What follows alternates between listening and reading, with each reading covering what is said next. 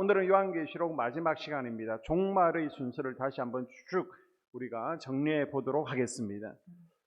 예수님께서 감난산에서 예수님의 제자들과 대화를 나누시죠. 제자들이 묻습니다. 세상 끝에 무슨 징조가 있습니까? 종말이 어떻게 됩니까? 라고 물었을 때에 예수님께서 쭉 마지막 날에 일어날 종말의 징조에 대해서 쭉 설명을 해 주십니다. 자, 마지막 날에 일어날 일들이 무엇입니까? 이단들이 성도들을 미혹하는 일이 많아지게 되죠. 마태복음 24장 5절과 24절을 보게 되면요. 많은 사람이 내 이름으로 와서 이르되 나는 그리스도라 하여 많은 사람을 미혹하리라. 거짓 그리스도들과 거짓 선지자들이 일어나 큰 표적과 기사를 보며 할 수만 있으면 택하신 자들도 미혹하리라. 아멘. 아멘. 자칭 그리스도라는 거짓 선지자들이 나타나서 성도들을 미혹하는 일들이 많이 일어나게 된다는 것입니다. 그래서 우리나라만 보더라도요, 자기가 예수라는 사람이 50명이 넘습니다. 내가 하나님이라는 사람이 우리나라에만 20명이 넘습니다. 그 외에 하나님의 분이라는 이단도 있죠. 자기가 보혜사 성령이라는 이단들도 있습니다. 이런 가짜들이 진짜처럼 행세하며 성도들을 미혹하는 것이 바로 종말의 징조다라고 예수님께서 말씀하십니다. 그리고 내전과 국제 전쟁들이 일어나는 것을 통해서 종말이 가까웠구나라는 것을 알 수 있습니다. 자, 마태복음 24장 6절에서 7절을 보게 되면요. 난리와 난리 소문을 듣겠으나 민족이 민족을 나라가 나라를 대적하여 일어나겠고. 아멘. 자, 이란 이라크 전쟁, 그리고 소말리아 내전, 아프가니스탄 내전, 또 러시아의 우크라이나 침공, 이런 전쟁들이 계속해서 일어나게 된다는 것입니다. 또한 첫째 기근과 지진이 있다는 것이죠. 마태복음 24장과 마가복음 13장에 보게 되면 곳곳에 기근과 지진이 있으리니 곳곳에 지진이 있으며 기근이 있으리니 이는 재난의 시작이니라. 아멘. 기후변화로 인해서 전 세계적으로 지금 식량난이 굉장히 심각하죠. 그리고 갈수록 지진의 횟수나 강도가 증가하고 있습니다. 이것을 통해서 마지막에 가까웠다라고 예수님께서 우리에게 사인으로 알려주시는 것입니다. 그리고 또 마지막 때는 전염병이 창궐하게 됩니다. 누가복음 21장 곳곳에 큰 지진과 기근과 전염병이 있겠고. 아멘. 네, 신종플루나 또 사스, 코로나, 또 원숭이 두창, 우리 인간들의 의학이 발전한 만큼 하나님께서는 더 무서운 질병을 보내시는 것이죠. 그래서 우리가 코로나로 끝나는 것이 아니라 앞으로 또 더 무서운 질병들이 우리를 기다리고 있습니다. 이것을 통해서 정말 마지막 때구나라는 것을 알게 하시고요. 또 이스라엘의 회복이 마지막 때의 징조입니다. 마태복음 24장 32절 이하에 무화과 나무의 비유를 배우라. 그 가지가 연하여지고 잎사귀를 내면 여름이 가까운 줄을 아나니. 아멘. 마태복음 24장 이 무화과 나무가 이스라엘을 상징하는데요. 연한 잎이 난다는 것은 이스라엘이 독립을 의미하고 있습니다. 무려 이스라엘은 2000년 동안 흩어져 있다가 1948년에 드디어 독립을 하고 나라를 되찾게 되었습니다. 무화과 나무의 비유가 성취되었죠. 그리고 마지막 때에는 전 세계에 복음이 전파되어집니다. 마태복음 24장 14절 이하 천국 복음이 모든 민족에게 증언되기 위하여 온 세상에 전파되리니 그제야 끝이 오리라. 아멘. 예수님께서 종말의 징조로 보여주신 마지막 사건이 뭐예요? 복음이 온 세상 끝까지 전파된다는 것입니다. 아멘. 그래서 인도의 일부 지역 미전도 종족들이 있습니다. 그 외를 제외하고는 이제는 복음이 거진 다 들어갔다라고 해외 선교학자들은 보고 있는 것이죠. 북한도 마찬가지입니다. 이슬람도 마찬가지입니다. 복음이 들어가지 않은 곳이 인도의 일부 지역을 제외하고는 다 들어갔습니다. 하나님께서 이렇게 마지막 심판을 미루시는 이유는요, 한 영혼이라도 더 구원하시기 위해서입니다. 그래서 복음을 듣지 못해서 심판받는 영혼들이 없도록 하기 위해서 하나님께서 때를 미루시고요, 복음을 전하는 하나님의 사랑이 이 가운데 담겨 있다라는 것을 우리가 깨달을 수 있기를 바랍니다. 아멘. 드디어 이제 이 종말의 징조를 통해서 대환란이 시작되어지게 됩니다. 그래서 우리가 배운 것처럼 7 인의 재앙, 그리고 7 나팔재앙, 7 대접재앙이 임합니다. 이것이 1단계 재앙, 2단계 재앙, 3단계 재앙인데요. 이것을 이제 마지막의 대환란 기간이라고 하는 것이죠. 자, 우리가 요한계시록 6장을 보니까 7 인의 재앙이 나타나게 됩니다. 첫 번째 인이 떼어지니까 활을 들고 흰말을 탄 자가 나타납니다. 이건 정복 전쟁을 의미했습니다. 두 번째 인을 뜰 때에 칼을 들고 붉은 말을 탄 자가 나타납니다. 전쟁과 내전을 의미합니다. 셋째 인을 뜰 때에 저울을 들고 검은 말을 탄 자가 나타납니다. 기근과 경제고항을 의미했습니다. 넷째 인을 뜰 때에 청황색 말을 탄 자가 나타납니다. 이것은 질병, 지진, 전쟁으로 인구 4분의 1이 죽게 되어지죠. 다섯째 인을 뜰 때에 순교자의 영혼이 제단 아래에서 탄식했습니다.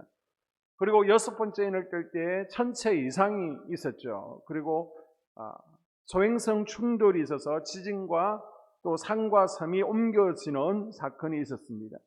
그리고 일곱 번째 인을 떼게 되면 일곱 나팔 재앙이 시작됩니다. 이것이 계시록 8장과 9장에 있는 두 번째 대환란인데요.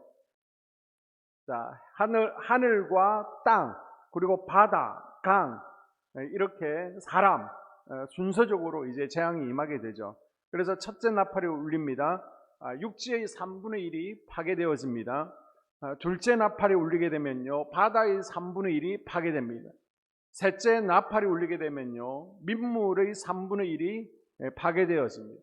넷째 나팔이 울리게 되어지면 하늘의 해달별 3분의 1이 파괴되죠. 다섯 번째 나팔이 울립니다. 황충이 불신자들을 괴롭히게 됩니다.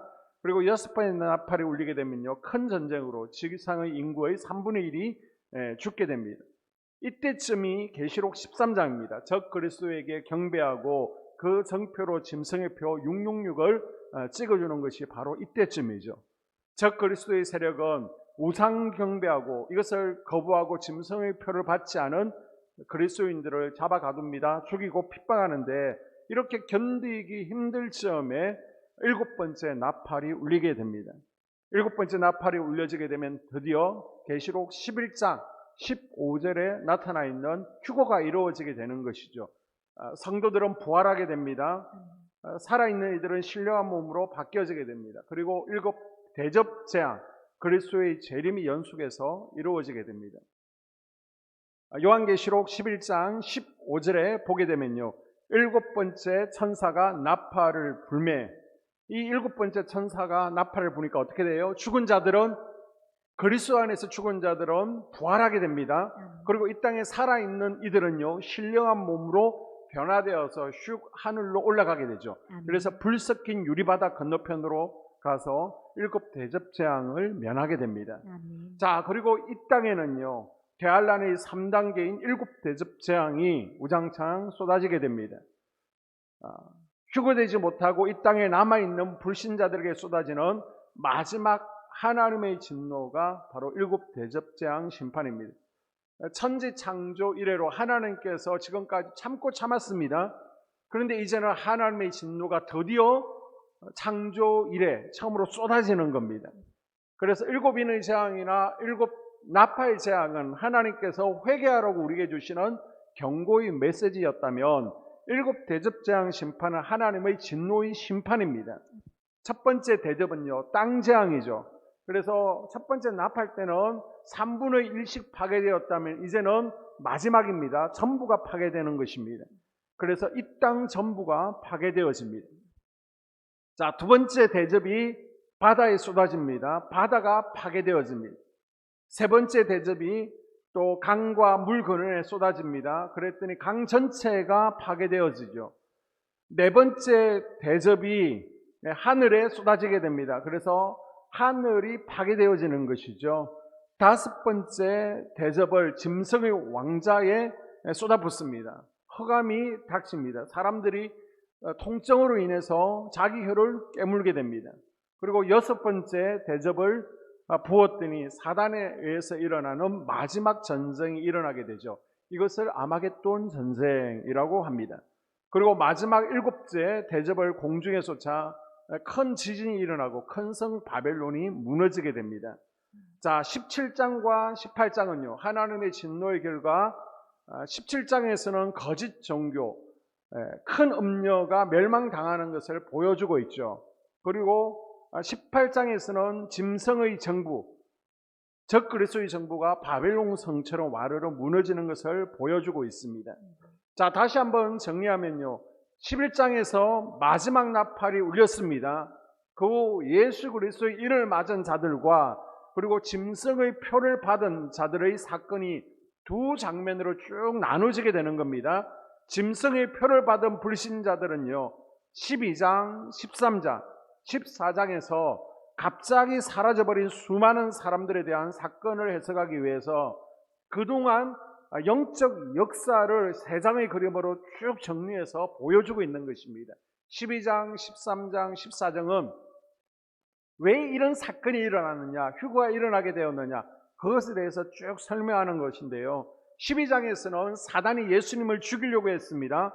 그러나 실패하고 미가엘과의 전쟁에서 패배해서 이 땅으로 쫓겨왔다라는 것을 설명하죠. 그래서 12장에서는 예수님과의 싸움이 있었습니다. 교회와의 싸움이 있었습니다. 이제는 성도들과의 싸움이 있다는 것을 12장에 보여주죠.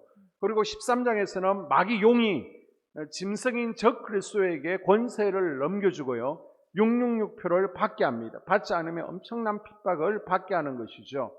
그리고 14장에서는 예수님께서 성도들과 함께 지상에 재림해서 알곡과 가라지를 거두는 내용입니다. 지금 그 일이 일어나고 있다는 것을 설명하죠. 그리고 16장에 일곱 대접재앙이 이루어지고요, 17장에서는 거짓 종교가 심판받고 18장에서는 적 그리스도의 정부가 멸망하는 것으로 이제는 이 땅은 끝이 나게 됩니다. 자, 반면 짐승의 표를 받지 않고 예수 그리스도의 인을 7장에서 맞은 그룹은 어떻게 되어집니까? 11장에 마지막 나팔 이후에 갑자기 휴거되어지죠. 그래서 15장에 보게 되면 불 섞인 유리바다 건너편으로 가서 어린 양 혼인잔치를 준비하게 됩니다. 그리고 이 땅에는 대접재앙이 쏟아지게 되고요, 19장에 보게 되면 드디어 그리스도가 이 땅으로 재림하게 됩니다.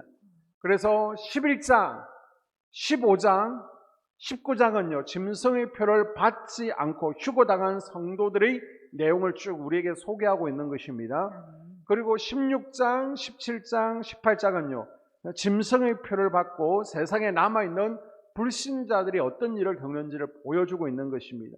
그리고 12, 13, 14장은 영적 역사를 쭉 소개하고 있습니다. 자, 천사가 요한에게 동시에 일어나는 두 사건을 번갈아 화면으로 보여준 겁니다. 동영상으로 보여준 것입니다. 그런데 요한은 그것을 글로 표현하다 보니까 우리가 지금 영상으로 볼 때는 쉬웠지만 지금 전도사님이 PPT 그냥 글로 띄워놓으니까 여러분이 이해가 안 되는 분들이 있잖아요.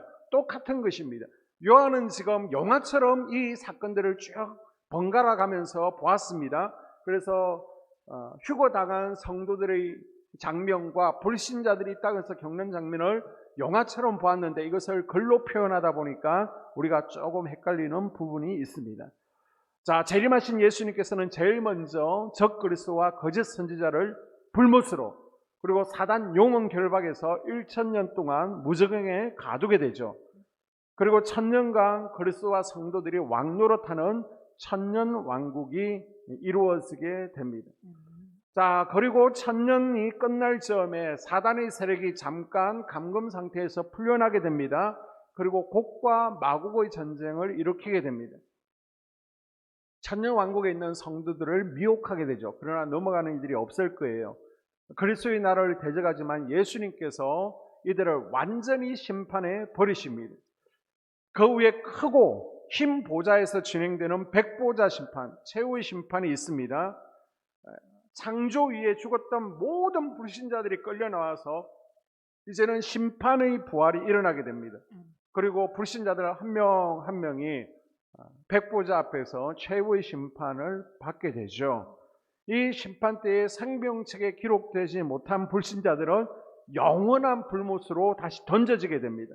그리고 성도들은요, 이 땅에서 스불론의 사명, 이사갈의 사명을 감당한 만큼 상급을 받게 됩니다. 그리고 나서 성도들은요, 이제는 신천신지, 새하늘과 새 땅으로 들어가는데요, 들어가는 것이 아니라 새하늘과 새 땅, 새 예루살렘이 내려온다라고 성경은 표현하고 있죠. 그것이 바로 영원한 천국입니다. 자, 다시 한번 정리해 보게 되면요, 재림의 징조로는 뭐가 있었습니까? 이단들이 득세하게 되죠. 전쟁, 기근, 지진, 전염병이 있었습니다. 이스라엘의 회복 일어났습니다. 그리고 복음이 저 인도 마지막 미전도 종족까지 전파되어집니다. 그리고 나서 주님 재림 전에 대환란이 있게 되는데요. 1단계, 2단계, 3단계 대환란이 있습니다. 그것은 7 인의 재앙이 있고요. 7 나팔 재앙이었고 7 대접 재앙이었습니다. 자, 7 인의 재앙 가운데 여러분 기억나는 것이 무엇이 있습니까? 큰 전쟁이 있었습니다. 기근이 있었습니다. 그리고 이 땅의 소행성이 충돌됩니다. 그러니까 이 땅에 지금 소행성의 큰 충돌이 없었으니까 우리는 적어도 7 인의 재앙은 다 지나가지 않았다라는 것을 미루어 짐작할 수 있겠죠. 그리고 7 나팔 재앙은요, 땅, 바다, 강, 하늘 3분의 1이 다 파괴되어집니다. 그리고 적그리스도가 짐승의 피를 받게 하는 견디기 힘든 대환란이 있습니다. 요한계시록 13장에 이루어지게 되는 것이죠. 그리고 7번째 나팔, 마지막 나팔이 울릴 때에 그리스도가 재림하고 우리는 불 섞인 유리바다 건너편으로 올라가서 그리스도의 혼인잔치에 참여하게 됩니다. 그리고 이 땅에서는요, 동시다발적으로 7 대접재앙이 쏟아지면서 더 이상 인류의 역사는 끝이 나게 됩니다. 재림한 예수님은요, 제일 먼저 적그리스도와 거짓 선지자를 잡아서 불못에 던지게 되고요, 사단은 무적행에 1000년 동안 감금했습니다. 성도들은 1000년 왕국을 이루게 됩니다. 그리고 잠깐 곡과 마고의 전쟁이 있지만은 최후 심판을 통해서 불신자들이 심판받게 되죠. 그래서 불신자들은 영원한 불못으로, 그리고 입맞은 자들은 새하늘과 새 땅, 새 예루살렘으로 들어가게 된다. 이것이 이제 요한계시록 22장까지입니다. 자, 1장에서 22장까지 여러분을 위해서 다시 한번 헷갈리는 분들을 위해서 영상으로 정리를 했습니다. 우리 간사님이 오늘 수구에서 영상으로 5분 동안 정리했는데요. 이걸 보면서 1장부터 22장 다시 한번 정리하고 제가 마무리하도록 하겠습니다.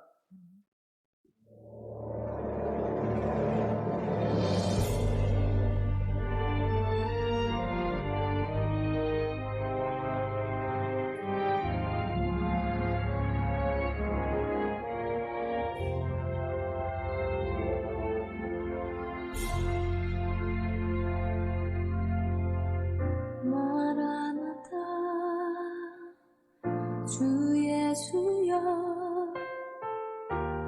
어서 오시옵소서. 땅의 모든 끝 모든 족속 주를 찬송하게 하소서.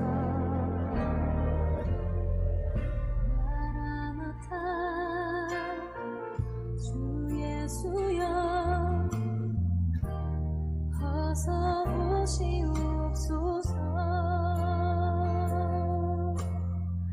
모든 열방이 주께 돌아와 춤추며 경배하게 하소서. 우리 주님 다시 오시기를 만들자. 십자가를 들고 땅끝까지 우린 가리라. 우리 주님 하늘 영광 온 땅 덮을 때 우린 땅끝에서 주를 맞으리.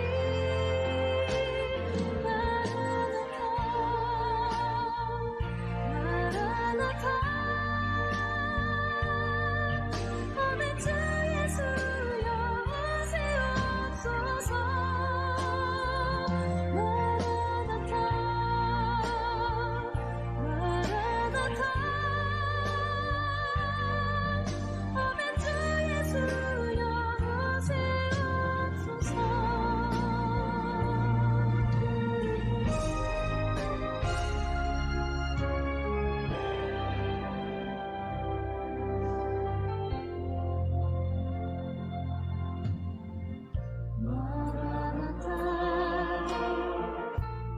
예수여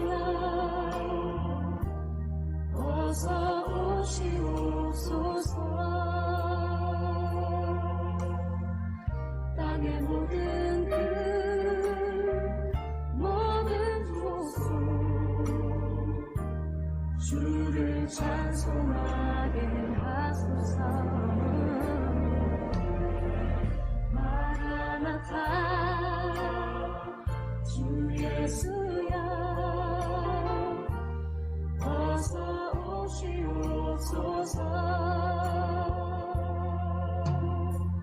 모든 영광이 주께 돌아와 춤추며 경배하게 하소서. 우리 주님 다시 오시기를 만들자. 십자가를 들고 땅끝까지 우린 가리라. 우리 주님 하늘 영광 온 땅 덮을 때 우린 땅 끝에서 주를 맞으리. 마라나타 마라나타 우리 주 예수여 오시옵소서. 마라나타 마라나타 우리 주 예수여 오시옵소서. 우리 주님 다시 오시기를 만들자. 십자가를 들고 땅끝까지 우린 가리라. 우리 주님 하늘 영광 온 땅 덮을 때 우린 땅 끝에서 주를 맞으리. 마라나타 마라나타 우리 주 예수여 오시옵소서.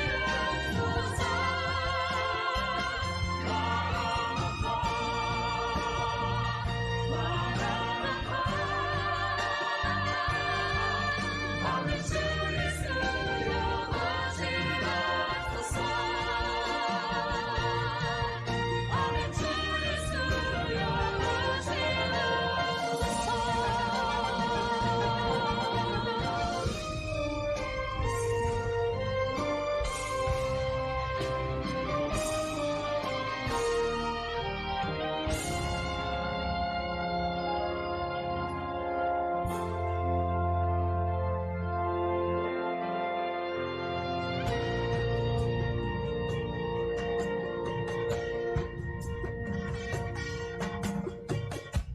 아멘. 요한계시록은 어렵기 때문에 잘 다루지를 않습니다. 그런데 우리가 왜 계속해서 요한계시록을 다뤘느냐? 그리고 예수님께서 이 책을 임봉하지 말라 하시고 널리 공부하라라고 말씀하셨느냐? 우리가 요한계시록이 기록되어지고 또 요한계시록 공부한 세 가지 이유가 있습니다. 그 첫 번째는 항상 그리스도의 재림을 준비하기 위해서입니다. 아멘.